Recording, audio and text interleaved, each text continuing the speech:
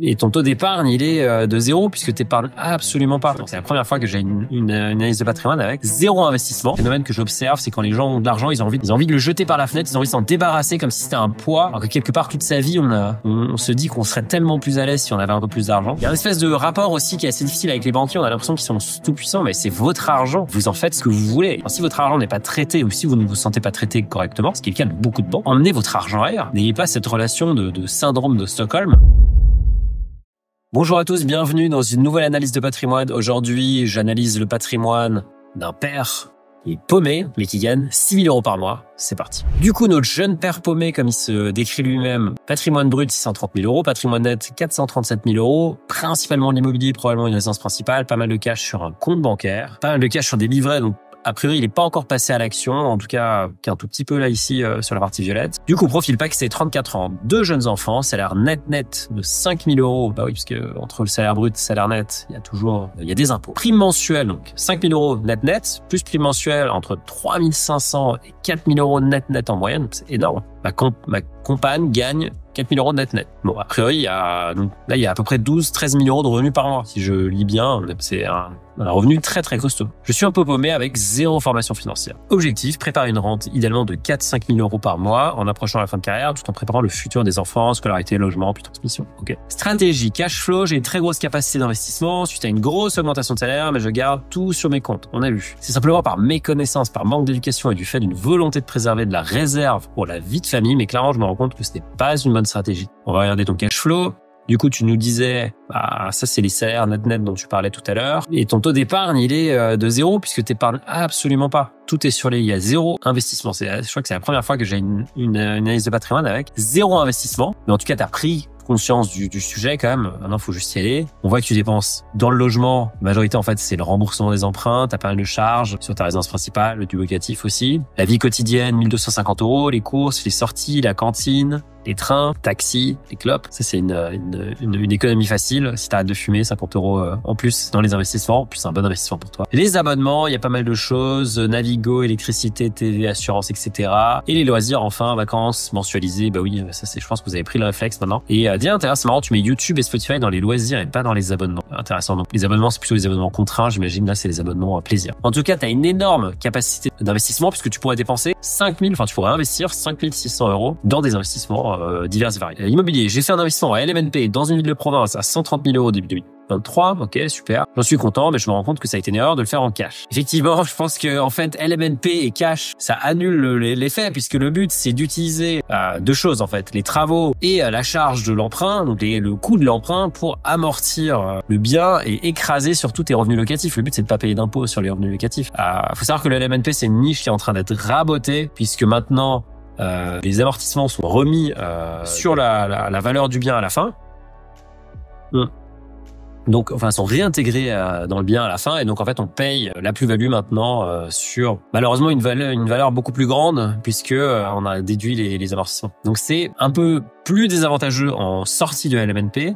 Pendant le LMNP, pour l'instant, rien ne change. À noter que le but du LMNP, c'est quand même de revendre régulièrement les biens. Quand les amortissements se tarissent, généralement, au bout de 10 ans, les amortissements sont en forte baisse. Il y a toujours des amortissements, mais en tout cas, les gros sont passés. Et du coup, on a moins de choses à mettre en face de nos revenus, on a moins de choses pour écraser nos revenus, donc concrètement on commence à être fiscalisé. Et donc la mécanique c'est au bout de 10 ans, hop, on revend les LMNP et on utilise le produit de la vente comme apport pour plusieurs nouveaux biens. Je vais vous mettre une analyse de patrimoine de Julien Calamotte juste ici, qui lui fait ça de façon professionnelle, mais qui l'a fait en tant que particulier. Et c'est comme ça que je l'ai rencontré pour Finari. D'ailleurs, c'était un des premiers utilisateurs Finari il y a très longtemps, en 2020. Ouais, c'était 2020, début 2021, donc c'était vraiment un des premiers. À l'époque, il m'avait fait pas mal de retours sur les emprunts, parce qu'il connaissait bien le sujet, mais en tout cas, lui, il a fait ça de façon assez industrielle. Je crois qu'il a acheté, je sais plus si c'est entre 50 et 100 biens, en tout cas, c'est énorme. Et donc, il pourra vous partager notamment ses schémas de détention, parce qu'il n'y a pas que le LMNP dans la vie, il y a aussi la SCI. En tout cas, bon, clairement, c'était une erreur de le faire en cash, mais c'est pas grave.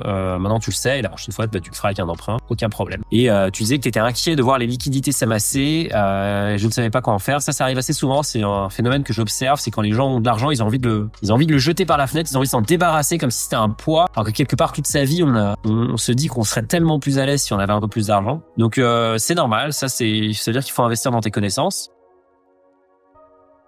Un petit peu de thé. Et je pense que ça, c'est quelque chose que tu fais en regardant d'autres chaînes, en regardant des blogs comme Avenue des investisseurs, en regardant le forum Finari évidemment.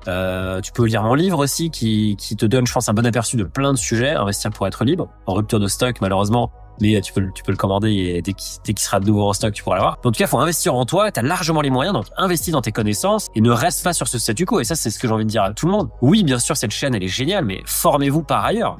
Lisez tous les livres que vous pouvez, parlez-en à vos amis, trouvez les gens autour de vous qui sont bons investisseurs et essayez de comprendre comment ils fonctionnent et absorbez les connaissances. C'est vraiment ça qui va vous permettre de passer des caps et au bout d'un moment, faut passer à l'action. Donc, on va voir si t'es passé à l'action. Liquidité, livret A et solidarité sont au plafond et malgré les dépenses des familles imprévues, les liquidités commencent à s'amasser. Bon, ça, je pense que c'est un thème récurrent dans ton profil. Il y a trop de liquidité. J'ai un PEA ouvert depuis 6 ans dans une banque classique, mais il est vide à part des parts sociales. Merci à ma banque, à mon banquier de me l'avoir ouvert sans me le demander. Étonnant, mais bon, pourquoi pas. J'ai eu la bonne surprise de découvrir ça. Pourquoi c'est une bonne surprise? Parce que plus de 6 ans, enfin plus de 5 ans, c'est-à-dire que l'avantage fiscal est débloqué. Donc là, il va que payer les prélèvements sociaux. Il va payer 17,2. Il ne paiera pas d'impôt sur le revenu. Donc il ne paiera pas 12,8 sur ses plus-values. Donc demain, mettons qu'ils mettent 100, qu'ils revendent pour 150, il fera 50 de plus-value. Sur ces 50, il paiera que 17,2 de prélèvements sociaux. Donc c'est un avantage, c'est le principal avantage du PEA. Il a des limitations, évidemment, tout n'est pas gratuit. Mais en tout cas, maintenant que tu as acquis l'avantage, tu peux en profiter. La bonne nouvelle, c'est que le PEA, tu peux le transférer. Donc, tu peux le sortir de ta banque. Mon plan, j'ai déjà demandé à mon banquier de vendre des parts sociales, ce qu'il a fait hyper rapidement. Encore heureux, c'est quand même ton PEA. Hein. Il y a une espèce de rapport aussi qui est assez difficile avec les banquiers. On a l'impression qu'ils sont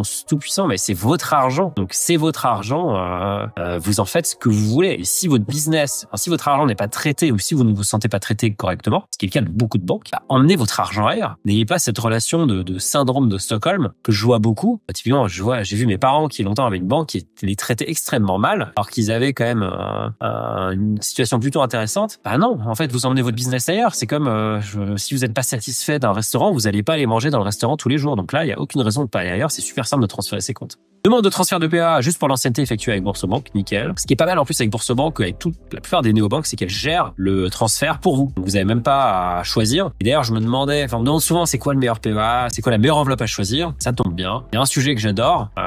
C'est même moi qui l'avais créé en février 2023. Moi, j'aime bien donner mon avis, mais je préfère celui de la communauté. Et donc, là, vous avez beaucoup d'avis. Et donc, vous avez, en gros, ça va être du Bourse Direct qui va ressortir, ça va être du Boursobank, ça va être du Fortunéo. Mais vous avez ici des gens qui vous disent où ne pas aller. Donc ça, c'est assez intéressant. Donc généralement, assez intéressant. La communauté Finari, c'est vraiment un gros atout si vous voulez vous former. Parce que personne n'a rien à vous vendre là-bas. Tout le monde est là pour partager ses connaissances. Premier rapport de 35 à 40K sur le PEA. J'ai bien compris que rien ne battait la diversification des ETF. Pas exactement vrai. Je pense que c'est simplement que le ratio entre le temps passé et le rendement, il est extrêmement favorable. Donc ça va être très dur de faire mieux. Mais tu peux faire mieux qu'un ETF. Et d'ailleurs, un ETF, c'est juste un outil. Si tu fais un ETF CAC 40 ou un ETF d'un marché qui ne performe pas, 40 il performe plutôt bien, 7,5% par an. Et si tu prends un compartiment qui ne fonctionne pas, dans les performances qui sera mauvaise. L'ETF, il va juste répliquer. En tout cas, les ETF, actions monde, actions Amérique, c'est vrai que c'est du rabat. J'hésite simplement entre le WPEA et le S&P 500. Peut-être quelques actions que j'aime bien, et ce serait max 5% de cette enveloppe à acheter pour le plaisir et à conserver longtemps. Bon, je pense que ça, t'as bien résumé. Le truc qu'il faut retenir si vous êtes débutant, c'est vous faites du passif, 95%, 90%, allez, et le reste, 5 à 10%, vous pouvez faire de l'actif et donc vous pouvez acheter les actions qui vous plaisent si vous avez envie. Si vous n'avez pas envie, si vous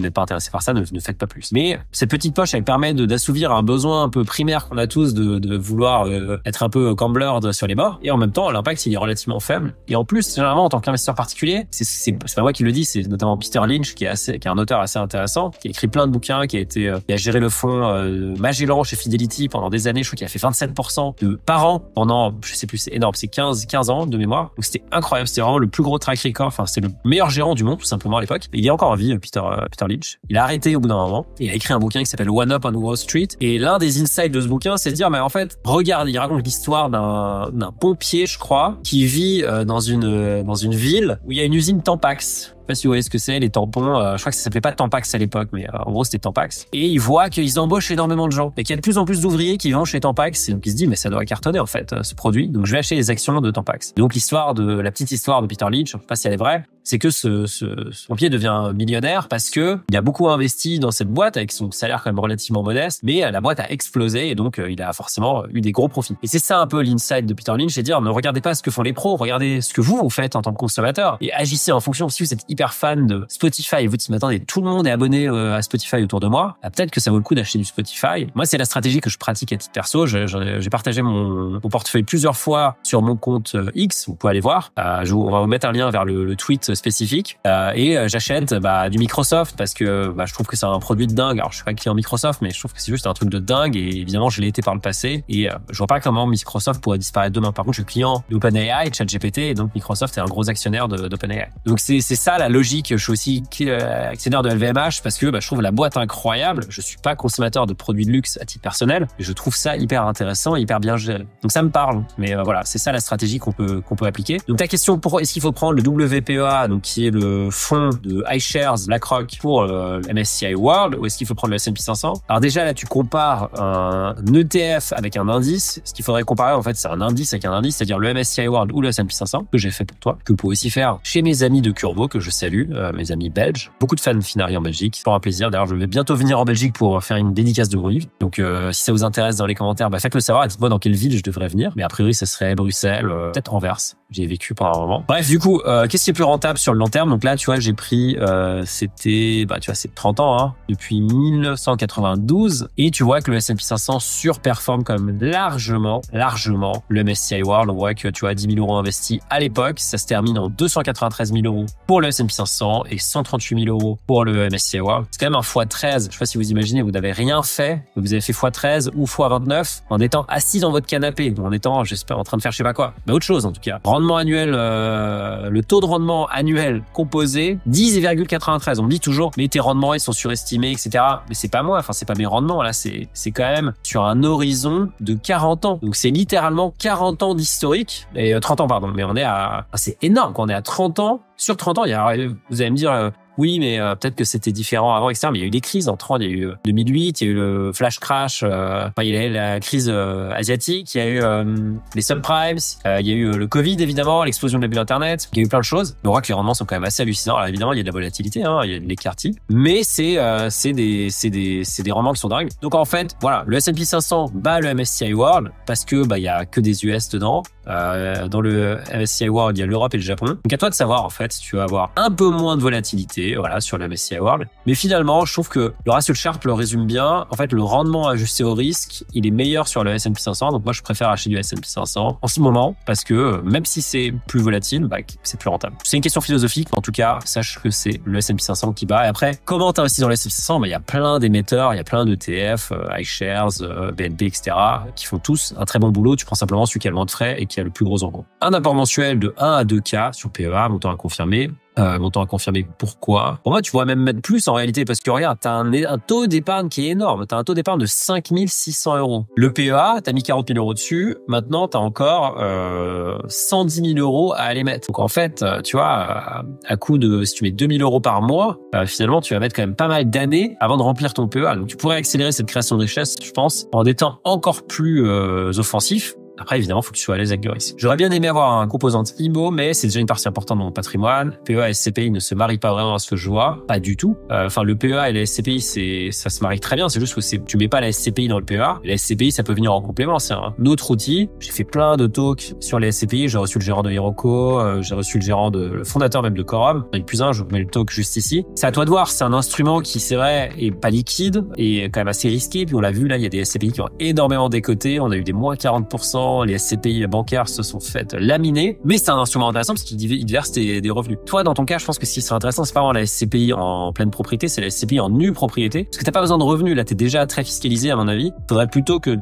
surtout que tu sais que tu veux partir à la retraite d'ici, tu sais que tu veux un revenu passif, donc ce que tu pourrais faire, c'est acheter de la nue propriété, avoir une décote, il y a des clés de démembrement qui définissent combien tu vas avoir de décote. Tu peux aller sur Louvainvest qui fait ça très bien, ils ont un simulateur assez sympa, et du coup, tu peux voir combien t'as de décote en fonction de l'année, et tu peux voir le TRI est la meilleure année. Et généralement, Louvre te fait ça assez bien. Ils te disent que généralement, c'est en gros entre 3 et 5 ans le meilleur moment. Toutes les clés, c'est pas forcément de prendre le démembrement le plus long qui est le plus intéressant. Ça peut être intéressant. Il faut bien choisir les SCPI. Il faut prendre des SCPI diversifiés. Il faut pas prendre des SCPI sectoriels. Prendre des SCPI qui ont un vrai track record. Ne prends pas les SCPI qui a été créée hier. Si elle a 4 biens et qu'elle fait un taux de rendement taux de distribution de 10%, oui, c'est pas très compliqué. Il faudra revenir quand elle aura 150 biens et qu'elle aura vraiment prouvé sa valeur. Donc, faut faire attention. Au début, le crowdfunding m'a paru hyper sexy, mais ce que j'ai pu en lire, bof. Mais écoute, pareil, on va voir sur la communauté finale. Il y a beaucoup de retours sur le crowdfunding. Alors, moi, je vais pas te cacher que je suis pas fan du tout de cette classe d'actifs. Pourquoi? Parce que j'ai fait du crowdfunding et c'est simple, je suis tanké dans toutes les positions que j'ai faites. Tous les projets que j'ai faits, ils ont des problèmes.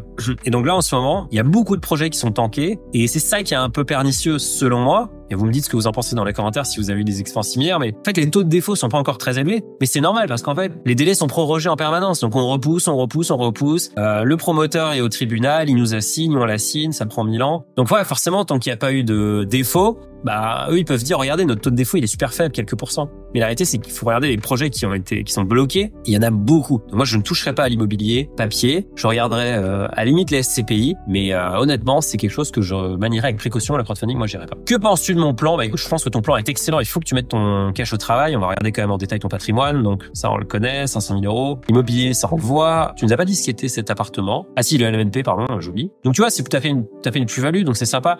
Peut-être que ce qui pourrait être intéressant, faut faire le calcul. Mais je pense que ce LMNP, en fait, moi, je le solderais, je repartirais sur un nouveau LMNP pour faire du levier, quoi, à la limite, où tu le refinances. Mais pour moi, faut t'endetter, là, pour aller utiliser ton levier bancaire. Aujourd'hui, je ne connais pas ton taux d'endettement. Mais tu vois, tu as encore de la capacité d'emprunt disponible. Tu pourras encore emprunter 1300 euros. Tu pourras encore rembourser 1300 euros de mensualité. C'est énorme. C'est énorme. Donc, tu as de la capacité. Tu pourrais faire plusieurs biens immobiliers. Tu pourrais d'ailleurs même faire de la SCPI à levier si ça t'intéressait. Mais tu as de la capacité d'emprunt. Et donc ça, à mon avis, c'est intéressant à utiliser si tu veux poursuivre dans l'immobilier. Bon, côté cash, ça, on connaît. Il y a beaucoup trop de cash. D'ailleurs, c'est assez dommage que tu aies 55 000 euros sur ton compte bancaire parce que tu peux quand même avoir tes livrets réglementaires sont au plafond. Donc là, on va voir le LDD et le livret A. Mais par contre, tu as quand même des comptes à terme. Tu as des comptes rémunérés. Tu vas chez Trade Republic, tu vas chez Wise, tu vas chez Revolut, tu vas dans plein de banques aujourd'hui. Tu es rémunéré pour ton cash. Tu peux aller faire le fameux taux Esther, j'en parle tout le temps. Taux de l'Esther en ce moment,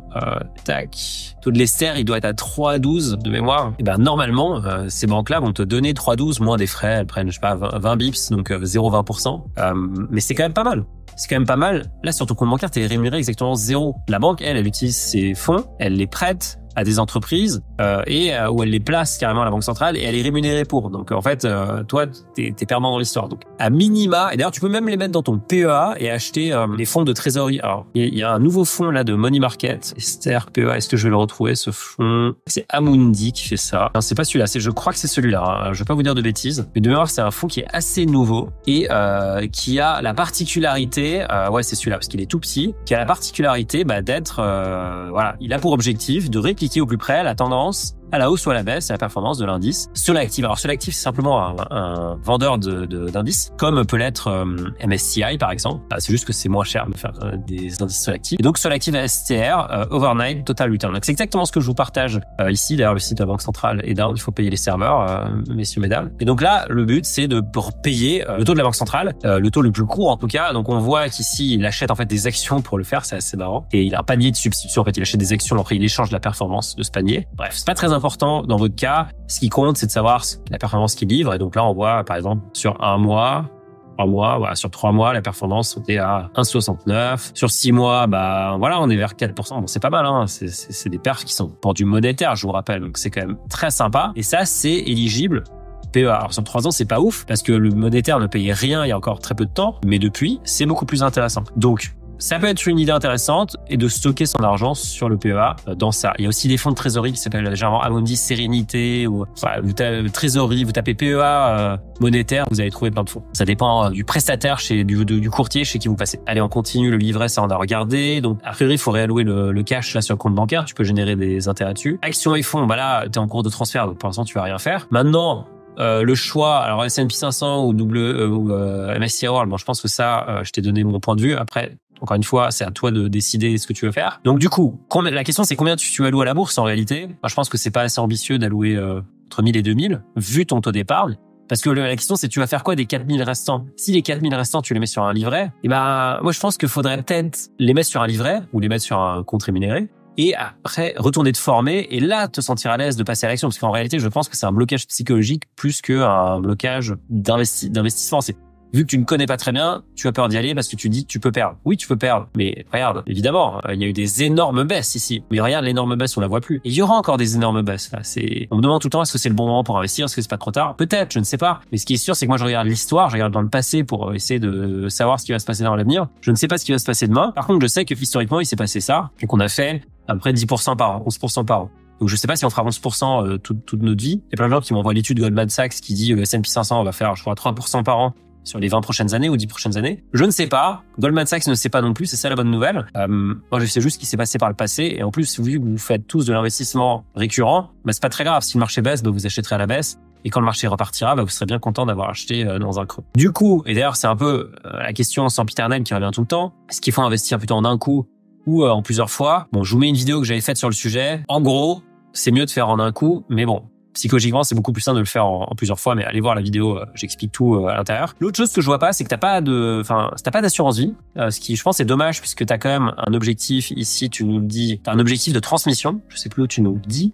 Voilà, scolarité, transmission. Donc l'assurance vie, c'est un outil intéressant pour la transmission. Le compte titre est un outil intéressant aussi pour la transmission parce que tu peux purger les plus-values au moment de la donation. Donc, faut ouvrir un compte titre. Assurance vie, on en a parlé. Évidemment, limiter les frais, faire que de l'ETF. Compte titre, pareil. PEA, peut ouvrir un deuxième PEA. Alors, je pense que tu t'es paxé. Donc, si ton compagnon ou ta compagne n'a pas encore de PEA, bah, vous pouvez en ouvrir un deuxième. Et donc, le plafond, il passe de 150 000 à 300 000. Vous pouvez même faire un PEA PME si vous voulez. Vous faites 225 000 euros de plafond chacun. C'est moins intéressant, je trouve, parce qu'il y a moins d'investissements qui, moi, me parlent. Il y a le small cap, mais je suis pas hyper fan. Mais c'est quand même intéressant. Mais en tout cas, l'objectif, je vois toujours des gens qui opposent l'un et l'autre. Pour moi, le PEA, c'est super pour aller faire du full action, mais c'est capé. Et donc, la réalité, c'est quand tu gagnes autant d'argent, tu vas vite aller au plafond. L'assurance vie, c'est intéressant pour transmettre à condition de baisser les frais à fond et de mettre des ETF. Le compte titre, c'est intéressant aussi parce que, tu peux investir dans tout ce que tu veux. Les frais sont nuls, il n'y a pas de frais d'enveloppe. Et en plus, certes, t'as la flat tax, ça c'est pas terrible, surtout qu'elle va pas probablement sauter. Mais par contre, t'as une purge des plus-values au moment de la donation. Et ça, c'est hyper intéressant pour la transmission de ton patrimoine. Et du coup, ta question, c'était, que penses-tu de mon plan? Quelles sont les prochaines étapes? Les prochaines étapes, c'est de passer à l'action. Lump sum versus DCA. Vu que tu commences, moi, je dirais DCA, pose-toi même pas la question. S&P 500, voilà, à toi de voir, t'as toutes les clés en main. J'irais quand même un peu plus rapidement, plutôt que de mettre 1000 ou 2000, je regarderais plutôt 3-4 000 par mois. Le fonds euro à minima, mais j'entends aussi que les assurances vie sont un peu décriées. Bon voilà, ça je viens de t'en parler. Le fonds euro c'est intéressant, mais toi t'es dans un objectif quand même assez agressif de rente annuelle. Et donc là, tu vois, j'ai fait un calcul. En gros, j'ai pris différents simulateurs comptables, je vous mets tous les liens dans la description.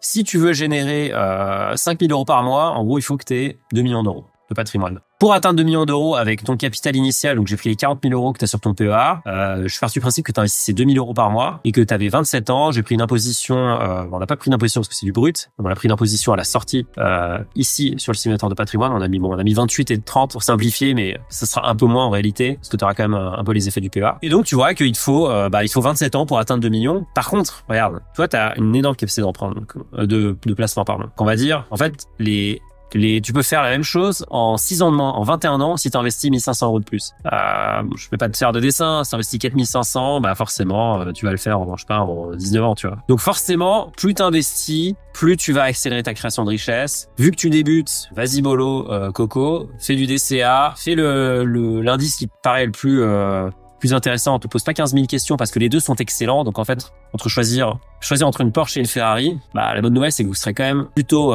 bien emmené. Donc voilà, le choix, il est plutôt philosophique. Crowdfunding, j'oublierai pour l'instant. SCPI, à toi de voir. Mais par contre, je le ferai pas en pleine propriété, je le ferai en nue propriété pour pas avoir de fiscalité maintenant. Le LMNP, si tu veux continuer, pourquoi pas. Par contre, avec de la dette, s'il vous plaît, monsieur. Mais c'est quand même une charge mentale et ça prend du temps et c'est pas si simple que ça. Voilà, j'espère que ça t'aide et en tout cas, bravo d'avoir pris conscience. Maintenant, le plus important, c'est de passer à l'action. Je vois beaucoup de gens qui font des stratégies sur le papier, qui m'envoient des DM de 14 km de long où ils me demandent si la stratégie est bien, machin. Écoutez, moi les amis, j'ai fait plein d'erreurs. Je pense qu'aujourd'hui, j'en sors pas trop mal. J'ai fait une analyse de patrimoine avec Guillaume Moubèche. On va vous mettre le lien là si elle est déjà sortie. Qui lui a fait énormément de choses. Il s'est trompé plein de fois. Il nous le dit d'ailleurs. Mais pourtant, il a un patrimoine de plus de 100 millions d'euros. Pourquoi? Parce qu'en fait, il a créé de la richesse avec son travail et pas avec son capital. Son capital, il permet de protéger son patrimoine. Donc, n'oubliez jamais ça. C'est votre temps qui va vous rapporter le plus d'argent. Donc, investissez plutôt votre temps là-dedans et votre patrimoine, vous le mettez sur pilote automatique et après, vous passez à autre chose. J'espère que ça vous a aidé. Si vous voulez que j'analyse votre patrimoine, rendez-vous dans la description. Je sélectionne un profil toutes les semaines, des petits profils, des gros profils, des jeunes, des vieux, tout. Ce qui nous intéresse, c'est qu'on partage du savoir et qu'ensemble, on devienne des meilleurs investisseurs. Je vous souhaite des bons investissements. Soyez quand même prudents et je vous dis à très vite.